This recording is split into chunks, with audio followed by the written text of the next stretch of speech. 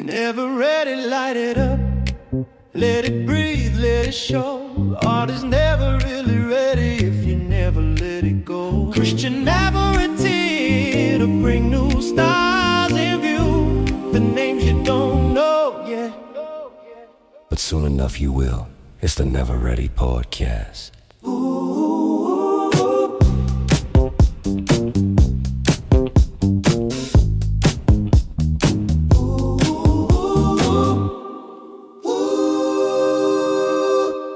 Hey, sorry I'm late. I thought I was going to meet you at your place.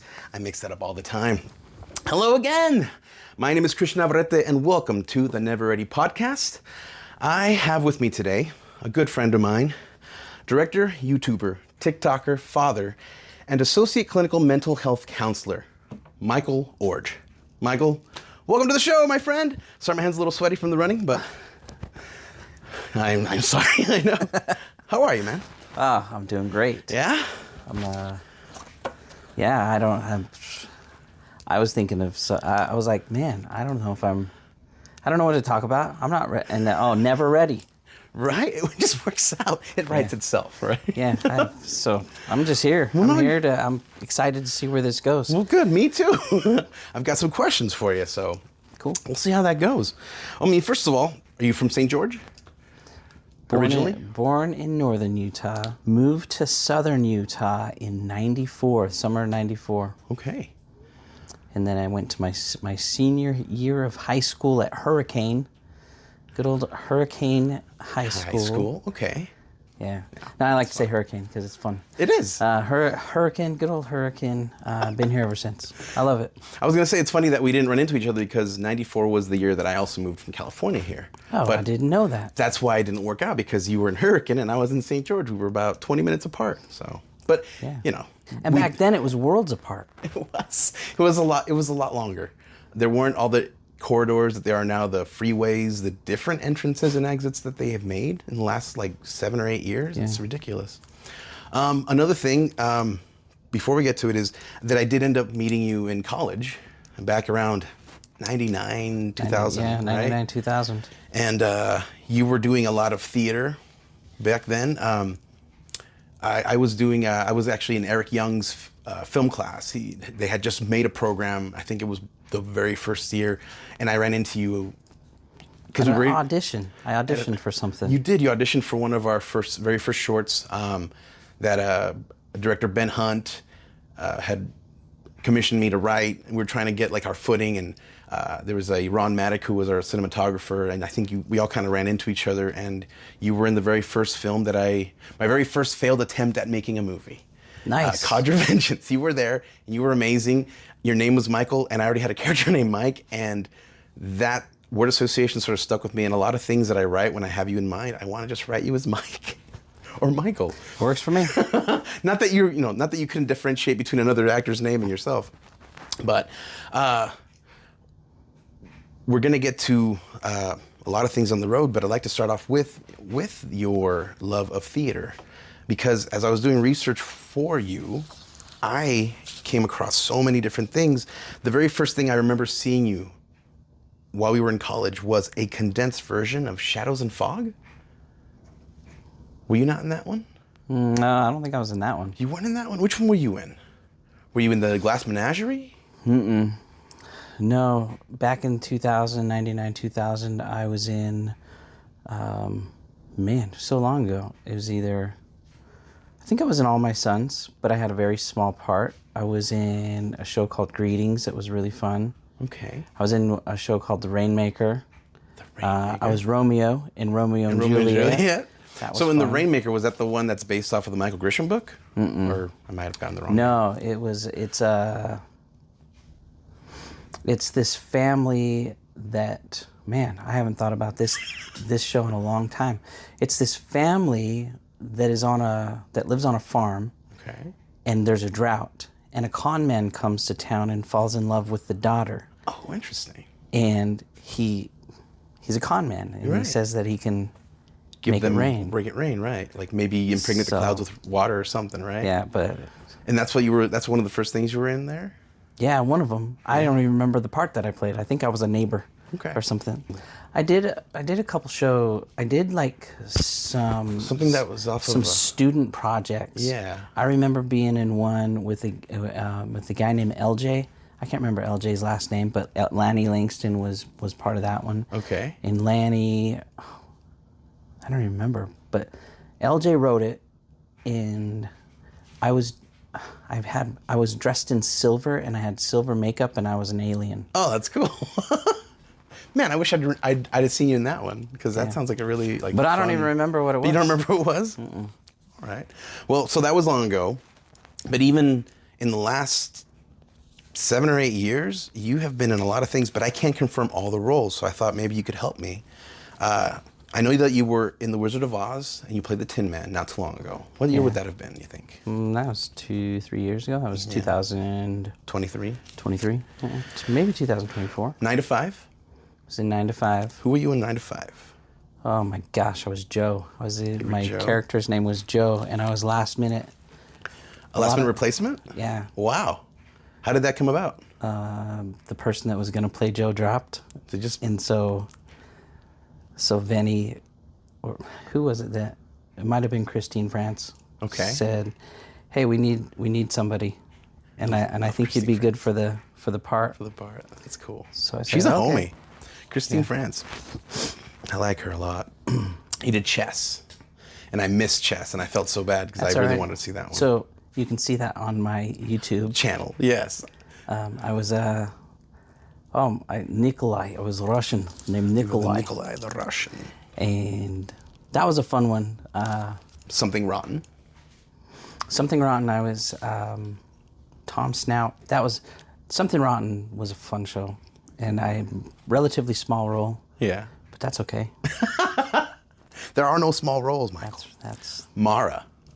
That was a play written by Tyson Chantecler's mother. What's her name? Tammy Smith. Tammy Smith. Yeah, that was a fun one. Man, there were so many people in that cast. That It was just fun. Yeah. You can't even name them all because there's so many people. And I don't expect you to. I really just figured we can go run down some of these ones that you did not too long ago. And then as we're saying them, it's also realizing, my God, you have been busy and you've been in a lot of roles in the last 5 years at least. Yeah, ever since COVID happened. yeah. And I was like, I got nothing better to do. That's actually how I got back into theater. Yeah? So Josh Scott and Jay Lee Scott, I knew them from like 20 years ago. Josh Scott was in that LJ, that show, the LJ show that I can't remember That long ago? the name of it. Yeah. Wow, okay. And Caitlin Clemenson. Those are the only 3 people that I remember being in it. And Lanny, LJ, Josh, Caitlin. But just that whole thing, that theater thing back in the day, 99, 2000. Right. Fast forward 20 years, COVID happens, and I see just a thing on, hey, we need people for Legally Blonde. So that was like 2021? Yeah, 2020, 2021. That was during COVID. Yeah, It was so about 2020. You have an amazing YouTube channel. Is it just your basically your personal channel? So my personal channel, yeah, just my Michael Iorg. Michael Iorg. That's Iorg. So Iorg. People I have a is hard time silent, with it. and I like to say Orge from St. George. So it's a good thing that I live in St. George. That's nice. Like how I'm never ready, and it's I'm never Yeah. ready, and it's Navarrete. Yeah, I get that. Word association to make it easier for people to say your name. So Yeah, Orge from St. George. So yeah, my Michael Iorg has a lot of. you have a lot of plays that you've recorded locally. For what are the companies for? St. George Musical Theater. Mostly just Stage Door. Mostly. Oh, so you've recorded a lot of plays for the Stage Door. But it's on the mostly. down low. No, it's just sharing. I love Yeah. it. Well, it's tough because people want to be able to see themselves, right? And there's not a lot of places where I get allowed to record things. And I mean, I understand why, but it is nice that there's an outlet where people can come to like your channel and see themselves performing. Yeah. But I also enjoy the editing process. So I like recording the shows, and then I edit it, and then I like sharing it. And it's just fun. Right. And then, I mean, you've sort of become a guy who they're like, oh, hey, maybe Mike will be here today, and he might, and if not, they maybe reach out to you and say, hey, Mike, you feel like recording the show? We'd love to see it. Yeah. And that's nice to be able to be the go-to guy, though, still, and be known, It's fun. not just for your roles and for all the other things that we're going to get to, but also be the guy that they know your channel and they can see their performances. So it's a gift. It really is. It's really, I don't know. Do you do it out of the goodness of your heart, or do you really like the editing process? Goodness of my heart. I enjoy doing it. We go back, I guess, you've been in a lot of short films that I've tried to do something with, or a lot of them had failed. I just didn't have the drive, or I didn't have the direction yet at that time. But many years later, you've been in a few projects that I've completed. I know I did a Christmas short that you were amazing in. Oh, I didn't have to say much, so it was great. No, but you were great, and you really played out the drama. Like, I wrote this, and a little sappy, but it wasn't until I actually got to watch it that I actually felt something where I was like, oh man, like, it actually made me sad, because in my story, two of the main characters pass away, and it's just one of the characters. Oh, that left. one. Yeah, that one's a good one. Always remember you always. Remember me always. Remember me always. Yeah, thank you, because I've forgotten what it was called. I actually didn't write that one down. That one is a really good one. Yeah. That's so funny, because I forgot I was in that one until I was showing my girlfriend. Brittany, you're showing your girlfriend? Yeah, I was showing, and I was like, oh yeah, I was in this one, because I was showing her your channel, and I was like, oh yeah, I was in this one. Oh, I forgot I was in this one. Yeah. And so we watched it. And I was like, oh, that's actually a really good one. Yeah, because I don't really write sad ones or, very dramatic ones. Most of the time I just get bogged up in the comedy, because I think everything's already too sad. I just want to write something where people will laugh. And so there's a little bit of comedy, and there's Greg Belknap's in that, Daniel McClanahan, Emily Holt, yourself. I think that's everybody. Yeah, it was a great little short. So thank you again to me that was a gift, because I don't have the gall to write sad things, but that's one of the first ones I was able to do, and I actually felt something. So thank you. I mean, it wasn't just you, but you were a big part of that. You really were. That was great. So that's why I like to remind people that it was really good. So as I mentioned, you're also a filmmaker. I mean, as of late, you've done a few films. You did Desert Duel. 1 and 2. You did one last year, and then one this year. Yeah. The sequel. I really enjoyed those. In fact, Brianna and Heather both really love those. They really enjoy the drone and your bearded dragon. What's your bearded dragon's name? Foxy. Foxy? Fox, and just got Droney the drone and Foxy the bearded dragon. I really enjoy that. I can't wait to see what you do with the third one, because you left that second one open for a sequel. Oh yeah. And then you did one last year as well for Halloween called The Bill? Or was that actually 2 years ago? No, that was just 6 months ago. Was it only 6 months ago? Man, time just flies. I didn't. You had Austin McDonald in that one playing Steve, which is a character that I created in one of my shorts. Yeah, which is hilarious. Steve's great. Steve's fantastic. And I don't have that one public yet. I don't have that one published because I'm like, you think about your subscribers and what they. Because I don't have a bunch of subscribers, Right. but I'm concerned that I'm like, because it's not the theater, and it's just a silly Halloween short, Right. that people are going to get turned off and unsubscribe, and so I haven't. I get but that. I probably should, because I don't do it for other. We don't do this stuff for the anyone views. but ourselves. We do it for ourselves. We do And it so for why ourselves. am I having such a hard time? I don't know, but I did see that it was on the FMASU YouTube channel, so they were nice enough to share that one, because they usually do their show, and then afterwards they sort of just kind of put those out there, unless you tell them otherwise. So I was able to see that, and so that is available, and it is a really funny one, and I love anything It with is Austin funny. McDonald. Yeah, Austin's great. He was so funny. So no, I think that one's really good. But then one that stood out to me, so you did one called Sales in 2025? Oh yeah. But that was already a song that was written. It was Yeah, kind of by a a- music video? Cells is a song originally by Orleans, a group from the 70s. And I'd never heard of it. And then Steve Warner, a guy named Steve Warner, did a cover of it in the 90s. Okay. And then he showed it to another guy that I can't, Chet I think is Chet Atkins, might be the name. But he's a really good guitar player. And so when I was in a car accident, I got reacquainted with this girl that I went to like junior high with. Okay. She was one of the nurses. Oh. And just in talking with her, I don't know, we were just talking about music, and I was like, well, what's your favorite song? And she said Cells, and I was like, I'd never heard of it. Yeah, it's Cells by Chet Atkins. And so I listened to it, and I was like, this is a really good song. Yeah. And so it took me probably, I probably still don't know how to play it. And I've been trying to play the song for like almost 10 years. Okay. Because I was in a car accident in 2015, and so now it's 2026. Right. And so I've been trying to learn how to play this song for years, but I think difficult. I've almost got it. Well, I mean, from what you played me before you actually did the movie, I really was impressed. I know that you've been playing guitar for a while. How long have you been playing guitar? Since I saw La Bamba in like 1987. Yeah. We actually just watched that the other day. Oh, that's a good one. Definitely a good. But I'm not a very good guitar player. Well, I've heard you play. I think all of us feel that way, especially Yeah. when, as I've mentioned, so many other things having to do with film and then mental health. You've got a lot of hats, and you are a very diverse individual. But sometimes I feel like when you have a lot of things to do, it's really hard to hone in on one thing and Yeah. be the best at it.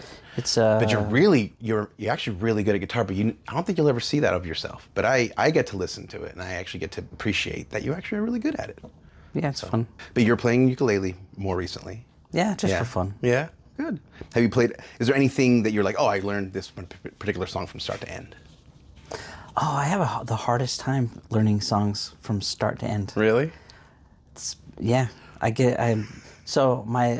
the one that I play the most lately is the Phil Collins song, Something Happened on the Way to Heaven. Okay. I'm trying to remember how that one goes. And I know how to play everything up until like the bridge, Okay. and then I don't know it from the bridge. That's a halfway through the song though. That's Like still a good that's note. like 2/3 of the song. Yeah. And then you just give up. Well, I don't know if you're like me. Every once in a while, I'll give up on something, and then like a year later, I'll just come back and I'll focus on all the the one time. thing that was really hard, and then you got to put together. Sure, it takes like 3 or 4 years, but Yeah. who cares? You're still doing it for yourself. Yeah, I'm not planning on going to any like open mic or anything. It's just for fun. Yeah, I've never even thought of doing an open mic. I do karaoke. That's about the best I get. And I use karaoke as a when I'm working with people and I'm talking about anxiety. Oh yeah. I use karaoke as a Like a buffer, or no. Or just like as a just lesson, thinking or- about karaoke makes me nervous. yeah. Because my brain is wired karaoke danger, karaoke bad. Because every time I go to karaoke, I don't know if you've noticed, every time I've ever gone to karaoke with you, I don't karaoke. Rarely do I Right. ever karaoke. So every time I go to karaoke and not karaoke, it reinforces that belief that karaoke is dangerous. Don't do it. And so what I really need to do is go and karaoke Just do it. and get over this fear of singing in front of singing. people. That's funny. And the reason I even started doing karaoke was because I thought it would help me with stage fright and like being able to because one day I'd hope to maybe do stand up or something like that, and I learned that karaoke did not help with that at all. And then I did improv, and that actually did help with like the stage fright part. But they're two different animals, we Yeah. do it for two different reasons, and I had an intention for one, but yeah, they're both pretty good. Yeah. I almost wonder if you were bogged down. Do you just not think you have a nice voice, or because I think you're great. Where does the fear of karaoke? Why is it karaoke bad? I don't know. You don't know? Okay. You're like, it just is. It's not Yeah. your thing. I don't know. But yes, I did notice that you don't karaoke very often. No, I want to. I always want to. No, it's like you don't, but you don't go up there to sing very often. Is what I was saying. No, I'm like, and it's so hilarious because pretty much 90% of the people that karaoke are awful. You think 90% are awful? Maybe I have a bad ear. Well, like they're having fun. 100% people are having fun, but 90% of them are actually like really good. Like, these people are going to get recording contracts. Right. They're so good. Like that's so few. You know, but it's not for karaoke is for fun. One thing that does come up as you were mentioning mental health. So you are an associate clinical mental health counselor, and you do this at Elevated Counseling and Wellness. Mm-hmm. And I also know that you're currently developing a mental health app. Well, how long have you been a counselor? So I started. I'll tell you. Do you want my journey, my mental health journey? Oh man, do I want your journey?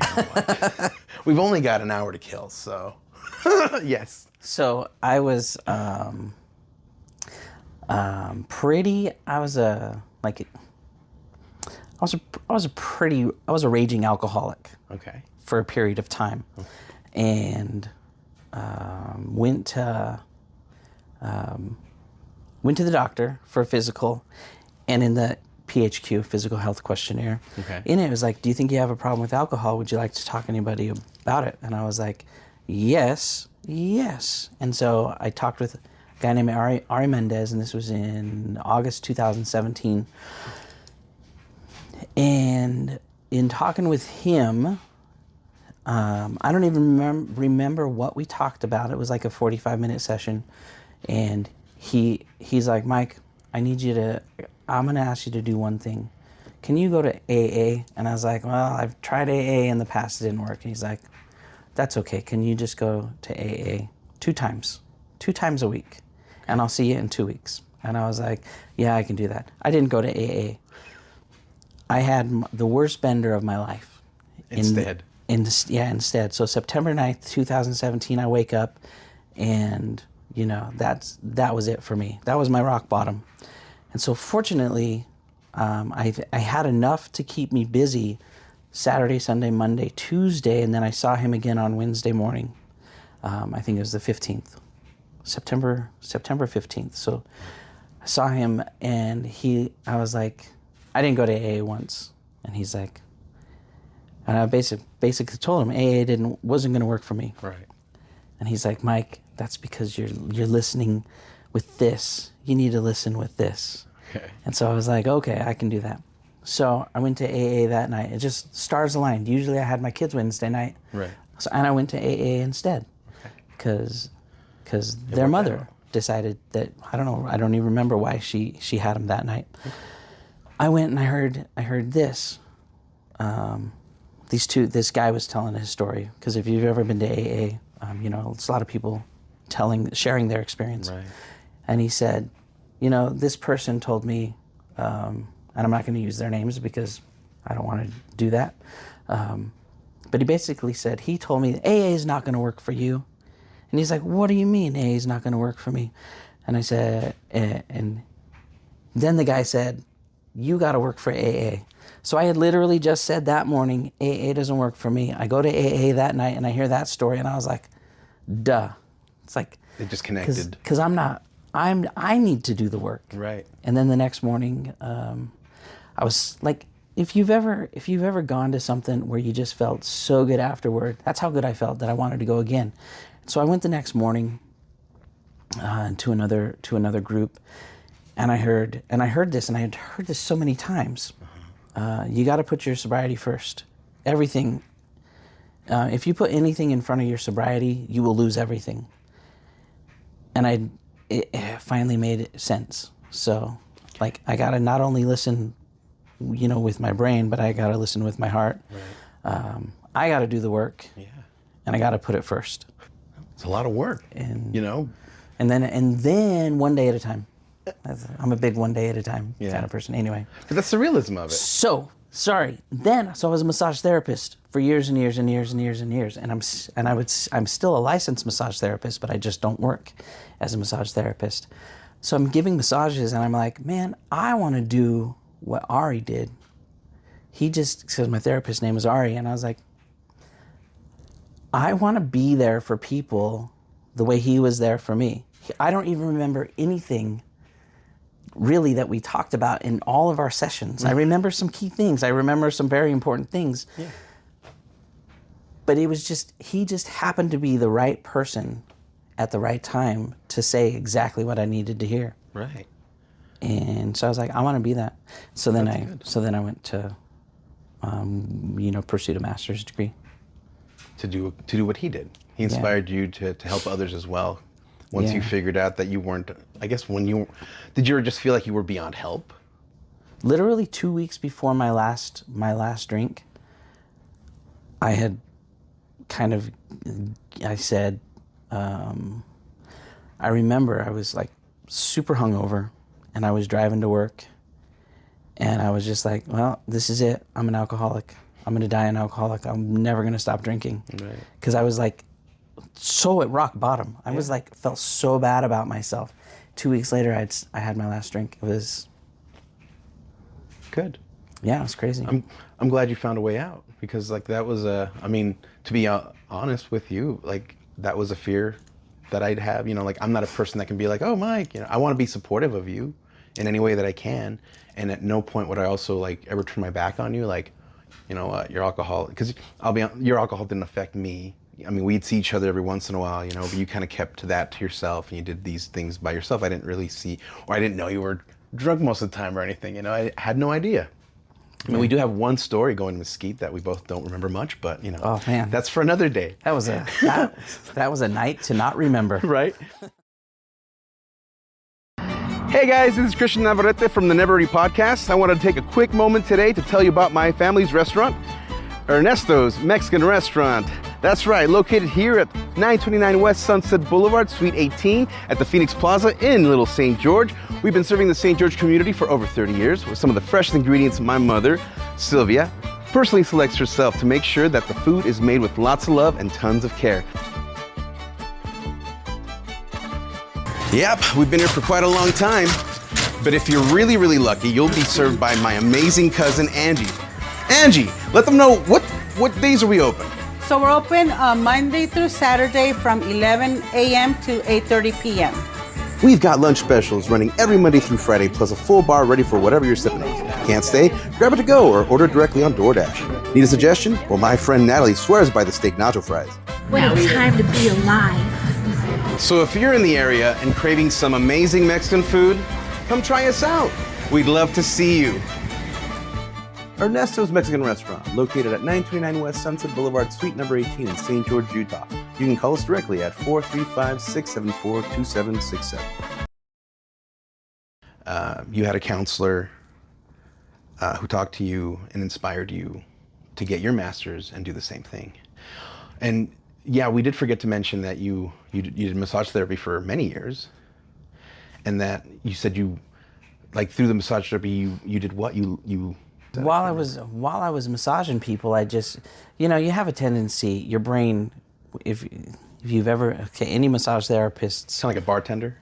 No, with the bartender, you're usually talking to people because you got a bunch of people right there talking to you. Right. A massage therapy, if you have somebody that doesn't want to talk to you because they just want to relax, Right. you have nothing to do but just be in your own brain. And so massaging people, because you do it for years and years and years. It's autopilot. Yeah. And so my brain just was like, yeah, I want to be a substance use counselor, but I want to do it in the military. And so my initial draw was to work with the military.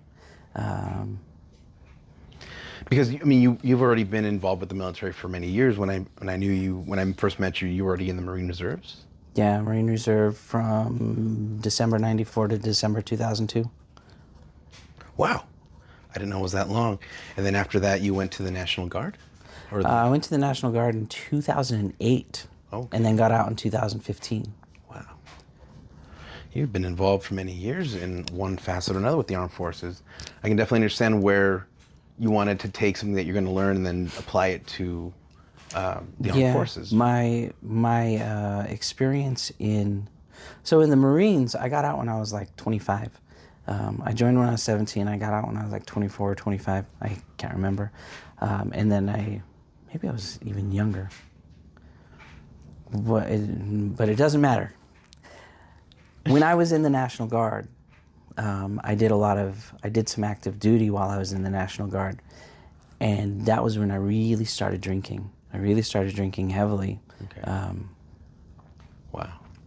And so I was kind of voluntold to go to the Army Substance Abuse Program.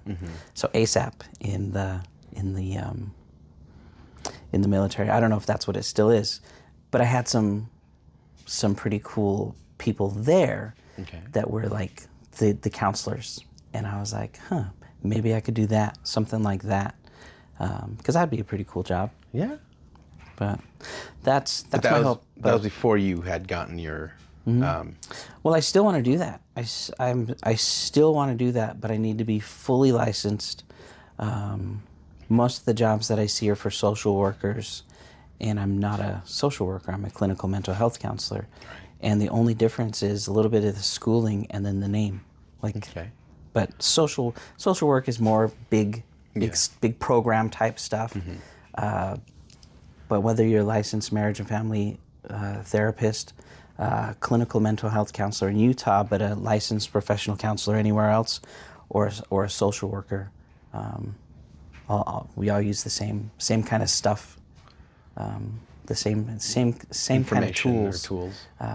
But just where and how we apply it is just different. Right. It sounds like maybe even recently then you're already applying that. You've got a TikTok and a YouTube channel where you discuss mental health and the different tools available. You have short 30-second to 40-second videos, even 20-second videos. At least I believe you have at least 60 that I saw the other day. You know, when we have just those ideas and we're like, you know what I want to do? Yeah. I want to share what I know. Sure. In a way that I enjoy. Yeah. And because I enjoy editing stuff. I enjoy filming stuff, and we share what we know. Right. And so. Well, I just hope that people want it. I've noticed that, especially with TikTok, if it's not funny, it doesn't usually get as many views as you want. We really are looking for something to make us forget about all the weird things happening in life. But I do believe that mental health is very important, and I think that that's a great thing. Putting your passions of editing, making film, being on camera, everything you've learned, your own experiences, you know firsthand that it's important. It is important. It's great to just be out there laughing and giggling at everything on there, but every once in a while, it's nice to be able to present something that's going to help people. Yeah. I don't think there's enough of it, and as you said, there isn't a lot of it. And you do have a unique voice. I think that's sort of what I'm hoping people understand, that you have a unique voice, you have a unique way of doing things, and they will enjoy your channel. I'm subscribed to it. I see it. I haven't seen it every day. I have to be reminded because there's a lot of other people's channels that I'm currently looking at. That's another thing about the shorts. The shorts don't get, you don't get a notification like on YouTube. So my YouTube shorts, you don't get a notification. But if I were doing a long form, you would get notified that there's a new episode. Daily Mental Health Skills has posted something. Right. But right now, my interest is not in long form. My interest is in short form. Yeah. So another thing that Ari taught me, he said that Mike, this is one of the things that I remember from Ari. Mike, I want you to remember this acronym, PIES. Physical, intellectual, emotional, spiritual. Oh. Every day you need to do one thing to strengthen your physical, intellectual, emotional, and spiritual health. Okay. And so that's why daily mental health skills. Yeah. It's just little ways and you can go for a walk and just meditate while you're walking. Right. And you are getting your physical, your intellectual, your emotional, and your spiritual health with just a walk. Right. So not a lot of us are doing what we'd consider like, or we are not our best selves. We could always be better, one way or another, right? But we have the tendency. I disagree. Okay. And I'll tell you why. One of my favorite books is The 4 Agreements. Okay. And the agreement number 4 is always do your best. But in that book, we're always doing our best. According to the book, right? Okay, there is we can. There is some pushback there. Well, I'm not And- going to disagree. I know there's always I'm a pushback. gray area guy. That's me. So And I think the gray area is probably where you do your best. yeah, Because if you're being too pushy, if you're pushing yourself too hard, you're going to wear yourself out. Right. And if you're I gotta go. You know, in that moment, you're doing the best you can. Right. And if you're already burnt out and you're already wore out and you feel overwhelmed, and you're like, man, and then you tell yourself you're lazy, and not making anything better. it's not making anything better. But if you can have a little bit of compassion for yourself and say, you know, I was just doing the best I could in that moment. Right. And sometimes I get it wrong. Right. And sometimes I get it right. How's So this- you're always doing your best. Okay. And so my mind says, like, let's say I smoked and I suddenly just decided I didn't want to smoke. I feel like a lot of us are so caught up in, oh yeah, I just made a decision and now I'm not gonna smoke. But I don't think that's realistic. Like, obviously, because there's things like the addiction to nicotine and things like that. Every smoker I know, not every smoker, but a lot of them, Yeah. they want to quit smoking. Right. Like any smoker will say, "Oh, don't ever start smoking. It's a nasty habit. You'll Right. never be able to quit." Right. There's this book called The Untethered Soul that talks about this. And a smoker doesn't want to smoke. Well, some people who love smoking, I mean, more power to them. If you love Right. smoking, if that's your thing and you love smoking, by all means, smoke. Right. But if you want to quit smoking, the thing that you need to be aware of, and so if you watch any of my videos, I talk a lot about mindfulness. I love mindfulness. Mindfulness is, being aware of your thoughts, your sensations in your body in relation to what's going on around you. Right. So I just had a stressful day, and my insides are on like my insides are just burning up on fire. Okay. And the only way that I know how to get rid of that is by smoking. But that's not the only way. Right. There's this thing called urge surfing, where if you just think about being hungry. Like if you're really, really hungry and you don't eat, your brain forgets you're hungry. Eventually, Yes. But so urge surfing, like we have these sensations that we really want to do something. And if we don't give in to the sensation, it goes away on its own. And so, But that's different than addiction. no, No, it's the same. It's similar. similar. Oh, okay. Similar, because the quickest way a smoker, and I could be totally wrong because I'm not a smoker. Right. But I have my own addictions Right. that are very similar. They can Just compare to. on the Tethered Soul, he talks about smoking. He's like, the quickest way to get rid of that feeling is picking up the cigarette and smoking it. Okay. But what happens if you don't pick up the cigarette? That feeling goes away on its own. Oh. And so our brains are I consider like the most sophisticated automated system on the planet. Like our brains are just automated to make life as easy as possible. Right. And so we have shortcuts that are shortcut. You have this problem, the quickest way to get rid of it, just smoke that cigarette. Right. Or, have that beer, or I just can't get rid of it. I need to call her. The only way I can get rid of this is if I call her and she talks to me. Like those kind of things. But what happens those if you feelings. don't give into that and you start to retrain your brain? You just notice the patterns that aren't working, Right. and figure out better patterns. Anyway, you give me a soapbox and I'm going to jump on it. That's what the soapbox was for. I almost called it soapbox, but it just seemed a little too clean. I like never. I'm just joking. You know what I was thinking what? when I was like, I'm not ready for this? I was thinking, do you remember back in the day when we would play hide and go seek? Ready or not, here I come. Right. Yeah. Like I really Something think similar to that. if we just, ready or not, here I come. Yeah.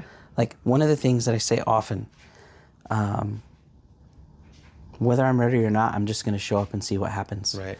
And I've realized that I'm less anxious if I'm just like, I've done all I can. I guess I'm just going to show up and see what happens. Yeah. And that's most of like my stage fright. That helps my stage fright. Right. It's like I've been to every rehearsal as much as I could. I've learned every line the best I could. I know all the choreography. I know everything. I know the music. You did all you could. And now I'm just going to show up and see what happens. Right. Because I also, I mean, I could tell you were just kind of like, I don't know what I want to talk about. But I'll be honest. I think every single person I've interviewed so far has said that to me. The only one that hasn't was Penny. And we really do want to know about the mental health thing. Because I've had lunches with you. We've talked about this. We're in a similar journey. You're doing things with mental health, and I think that's very important. I'm doing things for entertainment, which can be important, but there's just oodles of things for entertainment. Like you said, TikTok, they prefer things to be funny. You know, I get that. Analytics are awful, and yet they're helpful. So I was doing like minute and a half long videos with like an average watch time of like 2 seconds. And so it's like, well, shit, I got to do something about this. No, that is... And so I've shortened them down to like 30-second videos. Right. And talking as fast as I can to make sure I get every word so I don't lose anybody. Right. Hoping that the urgency will keep people interested or engaged. And so that's like my 2 seconds to maybe 10 seconds. Right. And so still working on it. I think that if you took your shirt off, you'd gain an additional 10 seconds of being able not this body. We all have our personal preferences. I am considering finding a way to like make it a joke. Not make it a joke like Right. mental health is a joke, No. but find a way to make like just a little cleverness to it where, I don't know, it's funny. Just something that makes people laugh, but they're like, oh, I never thought of it that way. So you're saying you're trying to find like an angle, like something that would make it stand out and would retain people a little bit longer. Yeah. I think that's always good to look for that. I really hope that just with the time and the information that you're putting on there, people will come to it and start just like wanting to watch them and fully staying to listen to the entire 20 to 30 second clip, because they're not long and they're very, very mindful. They're very informative as well. You did one that I really liked. I think I might have saved it, about overthinking, because I do that from the moment I wake up. That particular one, if it's the one I'm thinking about, and I'll try not to overthink it. How do you know if it's overthinking or intuition? Yeah. And that's like, we have a tendency to think, because I feel so strongly about it, it must be like God talking to me or whatever. But intuition, generally speaking, is calm. Intuition's not pushy. Intuition is just like that clear sense of self. Yeah. Where overthinking, that's your fear, that's anxiety, that's the fear. Fear is a big one that gets in the way of fear. Yeah. We don't think of it as fear a lot of the time, but an overthinker can look at that way. We'll look at that and go, "Oh, I'm afraid of this." You know? It depends. It's one of the biggest things about mental health, in my opinion, is it's individual. Like mindfulness, the way I practice mindfulness isn't going to work for you, Right. but it might. There's a chance that it could. Yeah, or varying degrees. Like, but that's okay. And I think that's the great thing about like where AA, where people are talking about their experiences, because it's in that same boat of like, well, I didn't go to the same thing you did, but I might have gone to the same thing this other guy did, or this other person did, or similar things, or something in what they talk about might, open up something in my head and go, oh, like what you were talking about, how you had always thought that, being in AA, it was, I don't know if that you thought this, but I almost feel like, well, being in AA is almost like you're there and then it should just work. But it wouldn't work because you realized you had to put the work into it. No, I didn't think I had a problem. Is that what it was? You didn't think you had a problem?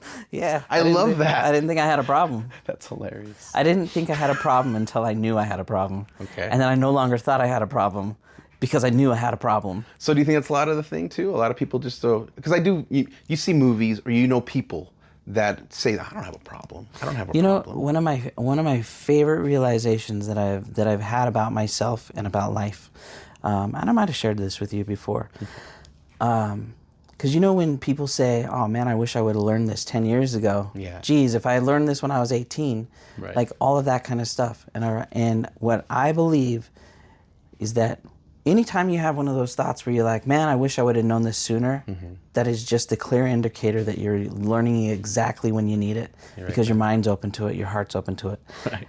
Otherwise, because I realize that I'm 49 and I'm finally learning things Right. that I wish I would have known when I was 29 or 19. But I wasn't ready. Yeah. I wasn't ready then. It's like finding it in the last place that you looked. Yeah. That's where you find everything.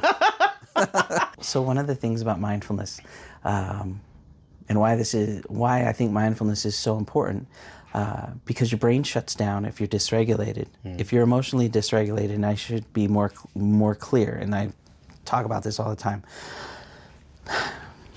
Your prefrontal cortex, this part of your brain shuts down when your amygdala or the limbic system in your brain is like overwhelmed, overworking, dysregulated. Like you have a lot of emotions. It can be any emotion. It just doesn't have to be anger or just sadness. It's like it doesn't have to be grief, or it doesn't have to be fear. This part of our brain can shut down when we're happy. And I say this jokingly. Anybody who's on a roll and it's like, I can't lose, and they bet it all on black and lose it all. That wasn't this part of their brain working. Okay. That was this had part of shut their down brain, yes, not working. And so any emotion that overrides the system can lead to unhealthy decisions. That's a good example. And so when you're present with yourself, you just make clearer decisions. And throughout life, a lot of my choices were not based on being healthy. Okay. They were just in the moment decisions that, this sounds like a good idea. Right. But not thinking about my future, not thinking about the future of my kids. Right. And not even thinking about, like, before I even had kids, thinking about, I was just living in the moment, which is a great thing. Yeah. But you can't always just live in the moment, although we do need to be present with the moment, with an awareness of our future. But see, okay, going back to fear. One of the things that people struggle with the most, in my opinion, fear of losing something they want, or fear of losing something they already have. And so we get stuck in the future, fear of the future, not getting what I want, or we get stuck in the past, fear of losing something, fear of something that we lost. Yeah. Or, it's just grief, really. Yeah. Or changes, things that change. Yeah. Yeah. But losing. Yeah. Okay. So a lot of it is motivated by fear. I think so. Of not getting it, losing it. So there's a guy named Dr. K. The Healthy Gamer. Great. It's one of my favorites. The Healthy Gamer? The Healthy Gamer. That's what he goes by? Yeah. Okay. And is it like on TikTok or? I watch him on YouTube. On YouTube. Okay. One of the things that he said, and I like the way he said it. Our emotions are just sources of information and motivation. And so if you're looking at your emotions, whatever they are, as sources of information and motivation, and we're not viewing them as good or bad, because emotions aren't good or bad. They're just sources of information and motivation. It's how you filter it out of your system. And this is where, this would be my second session. If I'm ever seeing somebody for the second time, we talk about mindfulness, what it is and what it isn't. Okay. And generally speaking, in like a third session, we're talking about emotional regulation and what it is and what it isn't. The reason why I like mindfulness so much, and you know what? I hope that people comment on this, because feel free to challenge this, because this is like anybody who watches this, challenge it. Challenge us. Because I'm still learning. I'm still learning about all this stuff. Yeah. That's why it's called a practice, I figured. Yes, that's why it's still called a practice. That's why it is called a practice. Right. So, what is mindfulness? Mindfulness is being aware of your thoughts, your sensations in your body in relation to what's going on around you. And I love asking people, well, what are emotions? Will you define emotions for me? And not by saying happy, sad, like confused, frustrated, like those are various names for emotions, but what are emotions when it comes down to it? That's a tough one to think about. We don't think about it. No, we don't think about it, which is why emotions have a tendency to control us instead of us controlling our emotions. Yeah. People say, like, I just couldn't help it. Right. Okay, yes, you can. Yeah. Because... and you can have the tools to learn how to. So emotions this is why I go with mindfulness. Remember, thoughts, sensations, and body in relation to what's going on around me. What is an emotion? An emotion is a thought that's influenced by something going on around me, whether it's like physically in this room, or I'm thinking about something that's happening somewhere else. Right. And every thought that I have in my brain, generally speaking, has a correlated physical sensation that happens. So what happens to you if you get angry? Do your hands clench up? Do you notice your heart getting faster? Probably Do you notice stiffen your up and you stiffen. And you don't those are smile like as much. Yeah. those are physical responses from thoughts.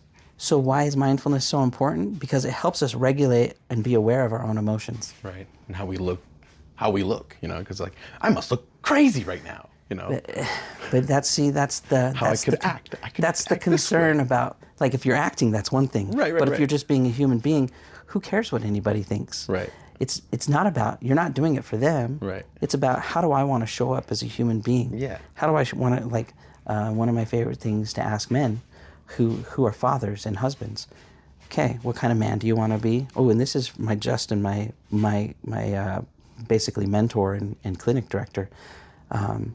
I remember one of the first things he ever had me, like, I was like, man, I don't know what to do. And he's like, okay, this is what I want you to say to this person. Basically, just what kind of man does he want to be? What kind of husband does he want to be? Right. What kind of father does he want to be? And those are decisions that, like, we as individuals, as men, if we're married and have kids, that's what we get to decide. What kind of person do I want to be? Yeah. As opposed to feeling obligated to show up for all these people in certain ways. I don't want to show up for anybody how they want me to, unless they're my boss and they're like, this is how we present ourselves, or if I'm in a show and the director is telling me how to act and how they want me to, like, Present yourself. but as a human being, Yeah. that's up to me. Yeah. I decide who I want to be and how I want to show up. And we have a tendency, I don't know, I could just sit here and talk We do. about it. But a lot of us have, perhaps we get into a victim mindset or a resentful mindset. Yeah. Because we're showing up for other people all the time instead of ourselves. And we almost like blame them for our emotions, even though we can be regulating ourselves and maybe be more Yeah. honest about how we really feel. Yeah, I wouldn't have hit you if you didn't say that dumb thing. Yeah, that's ridiculous. But no, that you victim blaming, and you hear that all the time. And I won't lie. I was a couple days ago. I felt a certain way, and there was a part of me that was like, but it's because you needed this that I then reacted this way, and then thought to myself, no, like you needed that. I had no right to act that way, because I could have said, you know what, I can't do that right now. I can't be there for you that way right now. I could have just done that as opposed to like, well, what do you want from me? Or something, just reactionarily. And I actually learned to hone that voice a little more. And I figured it's from talking to you, talking to some of my other buddies. I have a lot of these talks with Brian Dial. I talk about that with Austin. We're getting to be adult men, right? We're in our 40s, and I had never in my life thought that going to dinner, instead of having a drink, it would be more like having a conversation about our wants and desires as men, or as, partners with other people. I never really thought that I would be doing that, and I'm doing that a lot more these days because I want to control my emotions for myself. Like, I don't ever want to blame someone for something. They're just like being a person, and then I set up an expectation that that I think that they're expressing that they don't, and then me reacting to that, I've decided I don't want to be that kind of person. So I heard this recently, and I'm still learning more about it. When we get offended, when somebody says something and it offends us, it's like they're doing us a favor, because they're shining a light on something, like this injury that you have that has never healed. Triggers us. Yeah, and so instead of getting reactive and saying, "How dare you say that to me?" It's, Right. "Oh man, what makes you say that? Why do you feel that way?" Because I'm noticing that I'm getting really frustrated because amazing. it doesn't make sense to me. Oh, you're right. Why you would feel that way. However, by doing that, it's like you are working on you. You've opened up a door that I didn't know I needed to work on. Yeah. Yeah, And so that's really cool. Holding space for people, holding space for yourself. Yeah. Practice. We all are practicing human beings. Another, oh man, I'm soapboxing. This is something that I realized recently, over the last few years. Every single second is a brand new second for every single person. Nobody knows what they're doing. Yeah. Because we have never been in this moment. Right. And we've never been in this, like every single second is a brand new moment that we've never been in. Now, does that mean we don't know what we're doing? Not really, no. But just in in the grand scheme of things. Yeah. Nobody really knows what they're doing. We're all just figuring it out as we go. Playing it by ear and... We have really good ideas that we base a lot of our decisions on. Right. But every day is different. It's different, yeah. So you've made an app that you're going to kind of goes along with your page, your YouTube and TikTok? So my app is called Daily Reset, and it's just simple tools that you can use daily. I would say that the YouTube, Instagram, and TikTok are more of the platform that I want to use to promote it. Okay. The app will be available on the App Store. So for iPhone, it'll be an iOS. Okay. But then it'll also be in Google Play Store. Okay, so it'll be available in apps to be able to. And so I saw a TikTok that said daily mental health skills. Is that not the one you're using anymore? So Daily Mental Health Skills is my brand name. Oh, my okay. app name is Daily Reset. Okay, Daily Reset. And that's is the app name. Yeah, because it's Daily Reset, so it's just meant to be used. Man, I'm really feeling overwhelmed right now. Yeah. And you just find different skills to use. Very simple. It's so basic, so simple. Well, I remember you were talking to me almost a month ago. We had met each other and we met up for lunch, and you were telling me about this app, and you had expressed to me that you had looked other apps up, and you looked at other apps, and that it was just like you had to answer so many questions before it ever got to anything, which was kind of like to me it made me feel a little like afraid, like if somebody was really having like a really, really hard time and they wanted some sort of I guess a little bit of help, and let's say they didn't have anyone available, in order to be able to get to someone to finally answering a question or a feeling that they might have takes like almost 10 minutes to get through a questionnaire. My onboarding process is just sign up with enter your email, create your password. You gotta answer. You gotta I agree and continue over the terms and limitations of policies and all that kind of stuff, like the legal stuff, the legal mumbo jumbo, and then you go straight into it. And it's not. It's not a journaling app. Right. It's not on a scale of 1 to 10. How do you feel about today, or how are you feeling today? It's not that kind of app. It's just a CBT or DBT type skills. What is CBT? Cognitive behavioral therapy or dialectical behavioral therapy. Okay. CBT, DBT. Which is, I guess, a lot of what I use. Okay. So I wasn't familiar with the acronyms.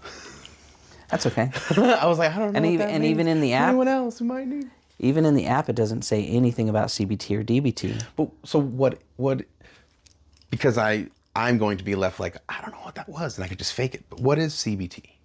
So cognitive behavioral therapy is more, like I'm saying, the automated, like a brain. Our brain is like a very sophisticated automated system. Okay. And sometimes it gets it wrong. And so we have these cognitions, these negative cognitions or automatic thoughts that we need to identify, challenge, and then it's kind of like we rewrite. So it's as simple as saying, I'm a failure. Everything I do, I suck. I just suck at everything. And it's noticing that because that's your just automatic thoughts. Right. And you feel like I'm a failure. Okay, I'm noticing that I'm calling myself a failure a lot. How would I rather see myself? Yeah. I'm somebody who struggles, but I eventually get it right. Okay. And so it's like identifying how, being real with yourself. It's because I'm not going to say, I get everything right. No. Sometimes I really suck at stuff and I struggle. Right. So I want to be honest with myself, but I'm becoming better. Yeah. And so it's actually being real with yourself. There's this guy named Alex Hormozi, and I heard him say something like this. He's another YouTuber. Okay, Alex Hormozi. But he's an entrepreneur and a business guy. Okay. But he said, if you're gonna if we can be delusional in a negative way, why not be delusional in a positive way? Right. And so I don't want to be delusional, but I like that idea of my mind is going to take me to negative places. Anyway, yeah. I might as well, if I'm going to allow myself to talk that way, why don't I allow myself to talk this way about and be honest? Because I can be honest about my negative stuff. I owe it to myself to be honest about my positive stuff too. Right. And so I want to focus on the positive. That's good. That's a good, yeah. So that's CBT. And dialectical behavioral therapy. DBT. It's one of my favorites, and it's why mindfulness, I think, is so important. Okay. Dialectical behavioral therapy is founded on or based on this idea of two opposing beliefs or ideas holding the same space, and the foundational principle is acceptance and change. Okay. So I can accept things as they are. But they don't have to stay this way. They can change. Okay. I can be happy and I can be sad. These opposing feelings can hold space in the same space. Right. I can hold space for both these emotions at the same time. Back to the untethered soul. We're not our thoughts. Like I have a thought to hit somebody, but I have this opposing thought that I want to hug them too. It's like, so which one is it? Do I want to hit him or do I want to hug him? I do want to do both, but and so that's okay. Yeah, that's okay because I'm not my thoughts. These are just thoughts. Right. Like I'm so mad at them, but I miss them so much. Yeah. And so we have a tendency to kind of be at war with ourselves in our own minds. All the time. And so just dichotomy, right? Taking a deep breath and going, what am I thinking right now? How do I feel in my body, and why am I feeling this way? What's going on around me? And then deciding for yourself what you want to do. Yeah. Well, what would hitting them do? It wouldn't make me feel better. It might make me feel better for a moment. Right? But then I know I would regret it later. Yeah. But maybe it's like, I probably shouldn't hug them either because I really want to hug them, but they have a restraining order against me. So I probably should stay away. I should probably not even go near them. But I want to hit them and I want to hug them. It's all about boundaries. Yeah. And it's also about I think this is like why people have restraining orders is because they have this thought and they think the thought is real and they believe they have to act on it. Right. But they don't. No. It's like, I just had to do it. No, you don't. Right. So when they say what separates us from like the animals and whatnot, in that sense of like we can learn to control that and how we present ourselves to people.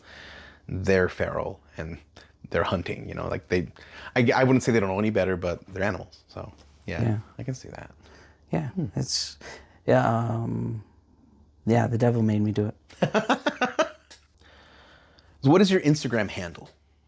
Michael _Iorg, so MICHAEL_IORG. And that's where you do your mental health skills as well? Mm-hmm. So we'll know that. And then daily mental health skills on YouTube, and then daily mental health skills on TikTok, and also daily reset, Michael Iorg. Okay. On TikTok, I did too. I was posting, I'm getting relatively okay views, not anything amazing, but I did one where I did a video. So I think that emotional dysregulation is like falling off a cliff. Like once you fall off that cliff, you don't stop until you hit something. Right. And so if you ever notice your own self getting really angry, and it just builds and builds and builds and builds until you fall off the cliff, and now you're saying things that you're gonna regret later, and you're doing things you're gonna regret later. It's like that. I'm seeing red right now. Right. I don't think TikTok appreciated that metaphor. No, they said it promoted self-harm or suicide. Right. And so, which is another misrepresentation or misunderstanding. Yeah.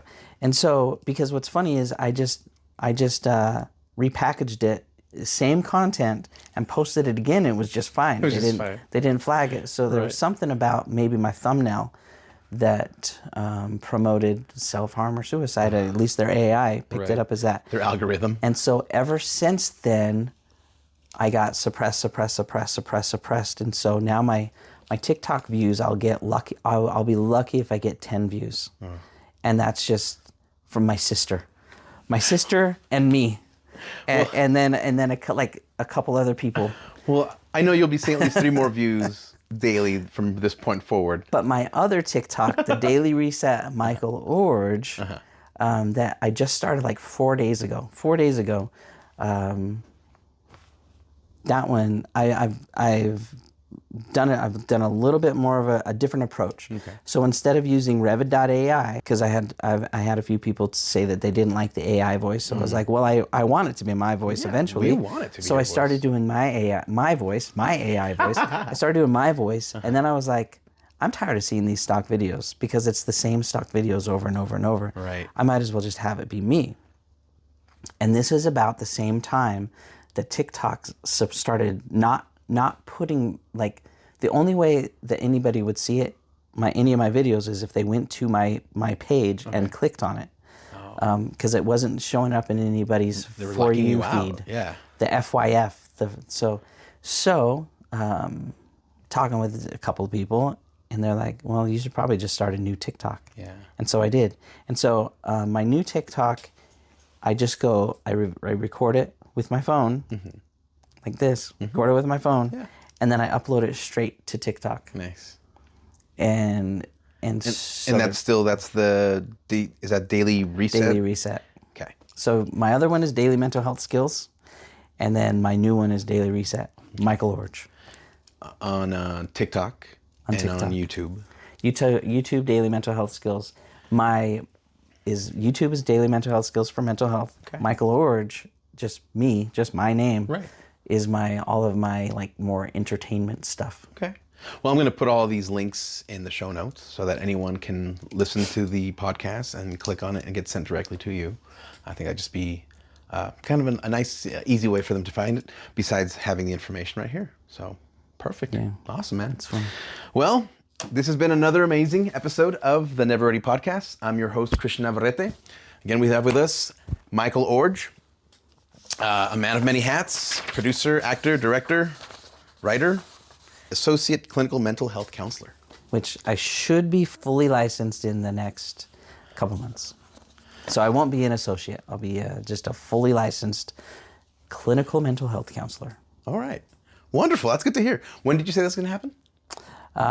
Hopefully this summer. Hopefully by July.